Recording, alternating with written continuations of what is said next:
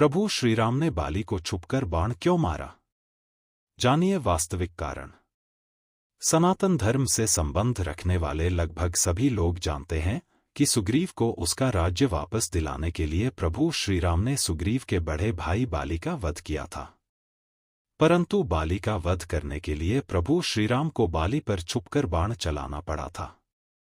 क्या बाली श्रीराम से भी ज्यादा शक्तिशाली था, जो श्रीराम बाली का सामना नहीं कर सकते थे? धर्म ग्रंथ रामायण में उल्लेखित है कि मरने से पहले बाली ने प्रभु श्रीराम से प्रश्न किया था कि आपने मुझसे द्वंद्व किए बिना मुझ पर छुपकर बाण क्यों चलाया? यह अनीति और छल है। इस पर प्रभु श्रीराम ने बाली को उत्तर दिया है, बाली, तुम भले ही एक शक्तिशाली योद्धा हो, परंतु तुम जितने शक्तिशाली हो उतने ही पापी भी हो। तुमने अपने ही भाई की पत्नी से दुर्व्यवहार किया है और तुमने प्रजा को भी त्रस्त करके रखा है। तुम्हारा शासन करने का ढंग प्रेम नहीं अपितु दहशत है। शास्त्रों में वर्णित है, जो कोई व्यक्ति दुराचारी हो, समाज के लिए हानिकारक हो, ऐसे व्यक्ति का किसी भी तरह वध करना चाहिए। मैंने इसी नीति का पालन किया है। प्रभु श्रीराम का यह उत्तर शास्त्र संगत तो है, परंतु रावण तो बाली से भी बड़ा पापी था। रावण ने अनेक स्त्रियों के साथ दुराचार किया था और अनेकों ऋषि मुनियों को मौत के घाट उतारा था। रावण का शासन करने का ढंग भी दहशत ही था, परंतु रावण को तो प्रभु श्रीराम ने छुपकर नहीं मारा, अपितु अपनी पूरी सेना सहित लंका पर आक्रमण कर दिया था। यह प्रश्न सभी रामायण के श्रोताओं और वाचकों के मन में प्राय उठता रहा है। प्रभु श्रीराम ने बाली को छुपकर बाण क्यों मारा? यह एक रहस्य की तरह लगता है। इस रहस्य को उजागर करने के लिए बाली कौन था और उसमें इतना सामर्थ्य कहां से आया, इस बात की पुष्टि करनी होगी। तो चलिए जानते हैं बाली का जीवन रहस्य संक्षिप्त में।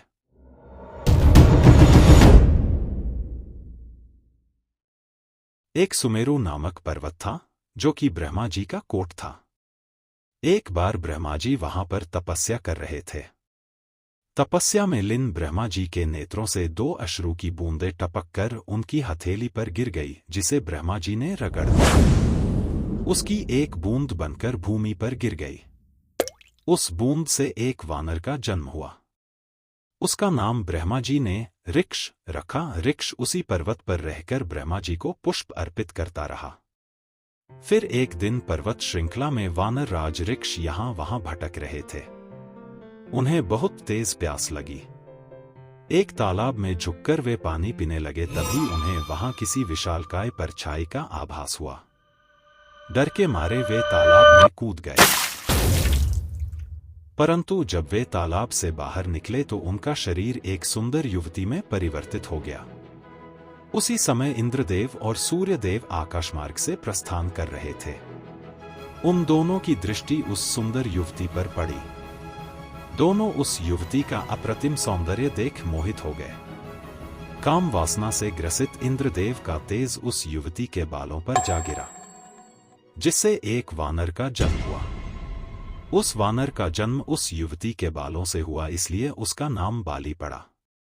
जबकि काम वासना से ग्रसित सूर्यदेव का तेज उस युवती की ग्रीवा पर गिरा, जिस कारण एक और वानर का जन्म हुआ। उस युवती की ग्रीवा से उस वानर का जन्म हुआ, इसलिए उसका नाम सुग्रीव पड़ा। वह दोनों हुबहू एक जैसे ही दिखते थे। रूप रंग में उन दोनों में तनिक भी अंतर नहीं था। इसके बाद वह युवती फिर से अपने मूल स्वरूप में बदलकर वानर ऋक्ष में परिवर्तित हो गई। उसके बाद ऋक्ष वानर ब्रह्मा जी के पास गए। ब्रह्मा जी ने उन्हें किष्किंधा जाने को कहा। वहां जाकर वानर ऋक्ष ने अपने बड़े बेटे बाली को किष्किंधा का राजा बना दिया। कुछ वर्ष बीतने के बाद वानर ऋक्ष की मृत्यु हो गई। बाली का विवाह वानर वैद्यराज सुषेण की पुत्री तारा के साथ हुआ। तारा जो समुद्र मंथन से प्रकट हुई अप्सरा थी, जिसे वैद्यराज सुषेण ने अपनी पुत्री माना था। अब हम बात करते हैं बाली के सामर्थ्य के बारे में। बाली ने ब्रह्मा जी की तपस्या कर वरदान प्राप्त किया था। जो कोई भी उससे युद्ध करेगा, उसकी आधी शक्ति बाली को प्राप्त होगी। जिसके कारण बाली और अधिक बलशाली हो गया। बाली किसी की भी युद्ध की चुनौती स्वीकार कर युद्ध करने चल पड़ता था। एक बार अपराजित महाशक्तिशाली योद्धा दुदुम्भी ने बाली को युद्ध की चुनौती दी। बाली ने दुंदुभी को बड़ी ही सरलता से मार दिया और उसे घुमाकर आकाश की ओर उछाल दिया। तभी उसके रक्त की कुछ बूंदें ऋषिमुख पर्वत पर स्थित ऋषि मातंग के आश्रम पर पड़ी, जिसके कारण ऋषि मातंग ने बाली को श्राप दिया कि जब वह इस पर्वत की सीमा में प्रवेश करेगा तब उसकी तुरंत मृत्यु हो जाएगी। बाली इतना बलशाली था कि एक बार लंकापति रावण को युद्ध में पराजित कर अपनी कांख में दबाकर पूरी पृथ्वी में घुमाया था। दुंदुभी का बाली द्वारा वध होने के बाद दुदुम्भी के बड़े भाई मायावी ने बाली को द्वंद्व युद्ध की चुनौती दी। तब बाली और सुग्रीव दोनों उससे युद्ध करने चल पड़े। मायावी भी उनको आता देख जंगल की ओर भागा। भागते भागते वह एक गुफा में जाकर छुप गया। बाली ने सुग्रीव को बाहर प्रतीक्षा करने को कहा और स्वयं गुफा के अंदर चला गया। बाली और मायावी में कई दिनों तक युद्ध चला। फिर गुफा के अंदर से रक्त की धारा बहती हुई दिखाई दी। तब सुग्रीव को लगा मायावी ने बाली का वध कर दिया। कहीं मायावी गुफा से बाहर ना आ जाए, इस भय के कारण सुग्रीव ने एक बड़ी पत्थर की शिला से गुफा का द्वार बंद कर दिया और वह किष्किंधा लौट गया। बाली की मृत्यु की खबर सुनकर सभी दुखी हुए। फिर उन्होंने सुग्रीव को किष्किंधा का राजा बना दिया। कुछ दिनों बाद बाली किष्किंधा लौट आया। सुग्रीव को सिंहासन पर विराजमान देखकर बाली को बहुत क्रोध आया। सुग्रीव ने बाली को समझाने का बहुत प्रयास किया पर बाली ने एक ना मानी। बाली ने सुग्रीव पर अपनी गदा से प्रहार करना शुरू किया। सुग्रीव अपनी जान बचाकर भाग गया और ऋषिमुख पर्वत पर रहने लगा, जहां बाली का जाना वर्जित था।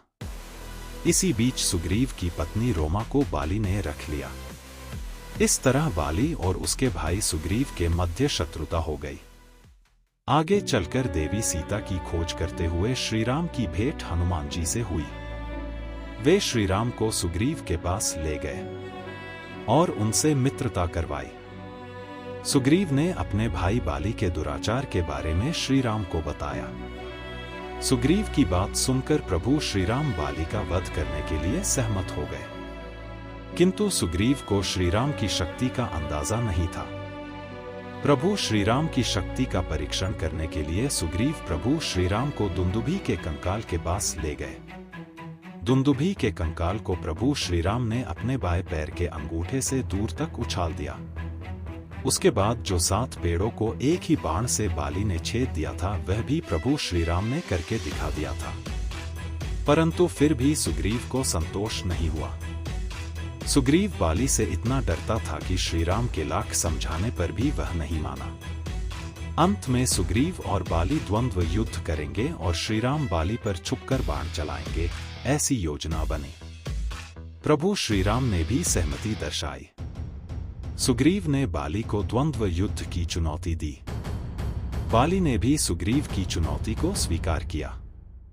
सुग्रीव और बाली में युद्ध छिड़ गया। प्रभु श्रीराम ने बाली पर छुपकर बाण चलाया, जिसमें बाली की मृत्यु हो गई। यह थी बाली की पूरी जीवन गाथा। श्रीराम के बाली पर छुपकर बाण चलाने का संबंध रावण से था। इस बात को सुनकर आप सभी जरूर चौंक गए होंगे। इस बात को स्पष्ट रूप से समझते हैं। भले ही बाली ने रावण को पराजित किया था, परंतु बाली रावण के प्राण हरने में अक्षम था, क्योंकि रावण की नाभि में अमृत था, और जो बाण रावण की नाभि को भेद सकता था, वह बाण भी रावण के ही पास सुरक्षित था। इस बात का बाली को कतई भी ज्ञान नहीं था। रावण ने बाली से पराजित होने के बाद प्रतिशोध स्वरूप अपनी मायावी विद्या से बाली को बंदी बनाकर कारागार में रखा था। किसी तरह वहां से भागने में बाली सफल हुआ। अगर श्रीराम बाली से द्वंद्व युद्ध करने चले जाते तो प्रभु श्रीराम की आधी शक्ति बाली को प्राप्त हो जाती। फलस्वरूप उस शक्ति को ग्रहण करने के बाद बाली का शरीर मोम की तरह पिघल जाता और बाली की वहीं मृत्यु हो जाती।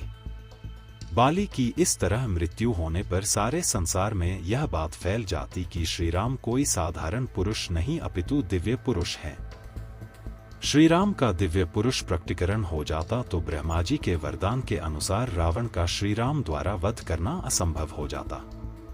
इसलिए प्रभु श्रीराम ने साधारण पुरुष की मर्यादा में रहना ही उचित समझा और बाली पर छुपकर बाण चलाया। अगर आपको यह वीडियो अच्छी लगी हो तो लाइक कीजिए, शेयर कीजिए और हमारे YouTube channel the hidden truth को सब्सक्राइब कीजिए। धन्यवाद।